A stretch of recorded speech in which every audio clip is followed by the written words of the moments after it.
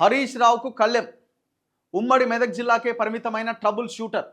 రాష్ట్ర వ్యాప్త పర్యటనకు నో పర్మిషన్. సొంత చొరవతో పార్టీ ప్రోగ్రామ్స్.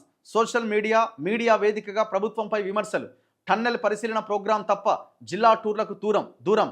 కవిత కేటీఆర్ రాష్ట్ర వ్యాప్త పర్యటనలు పార్టీలో హాట్ టాపిక్ అయిందట. కేటీఆర్కు హరీష్తోనే డేంజర్.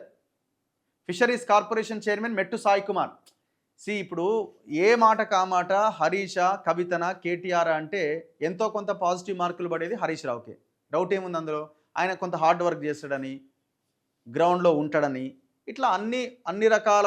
సరే మిగతా అంశాలు పక్కన పెడితే, ఈ ఫోన్ ట్యాపింగ్లు, ఈ కబ్జాలు, కథ పక్కన పెడితే, ఓవరాల్గా చూసినప్పుడు ఈ కేటీఆర్ కవితతో పోలిస్తే 200% బెటర్ ఆయన. కానీ ఆయనకి దూరం పెడుతున్నారట. మరి ఆయనకి దూరం పెట్టేంత సినిమా ఉంటుందా? అది కూడా ఒక. ఎందుకంటే ఇప్పుడు ఆయన దూరం పెడితే ఏమవుతుంది? పార్టీ అంతా ఆగమాగం పోతే కథం అయిపోతుంది. ఇప్పుడు ఆయన కోసమే కదా ఇప్పుడు బీజేపీ కానీ మిగతా పార్టీలు చూసేది. ఏడ సైడ్ అయితే మొత్తం పార్టీ అంతా కథం అయిపోద్దని. మరి అది కేసీఆర్కి తెలియదా? కేసీఆర్కి ఈ విషయం తెలియకుండా ఉంటుందా? మాజీ మంత్రి సీనియర్ నేత హరీష్ రావుకు గులాబీ పార్టీ సంకెళ్ళేసిందా అంటే అవుననే సమాధానమే వినిపిస్తున్నది.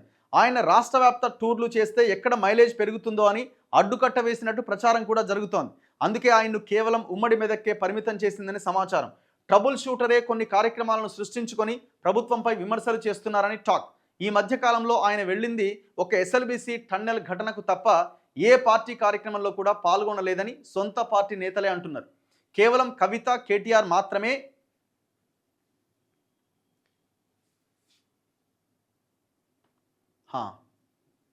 జిల్లాల టూర్లకు వెళ్తుండడంతో ఇప్పుడు ఆ పార్టీలో విస్తృతమైన చర్చ జరుగుతున్నది.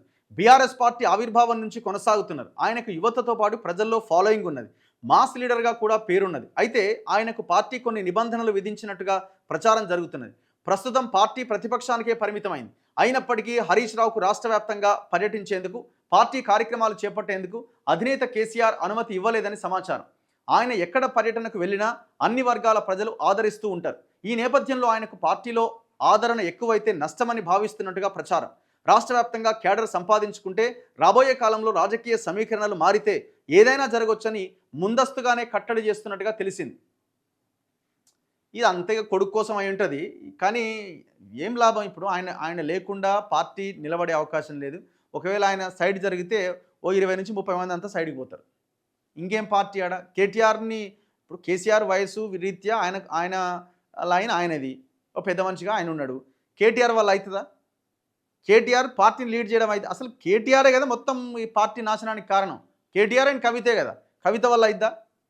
ఆమె వల్ల మరి ఈ కొంత మొండిగా ఆమె బలంగా వెళ్ళడానికి ఆమె ప్రయత్నాలు గట్టిగానే చేసే ఒక మహిళ అయినప్పటికీ ఆమె ఈ లిక్కర్ స్కామ్లో, ఈ సారా దందాలో ఇరుక్కొని మొత్తం పాతాళానికి దొక్కబడ్డది.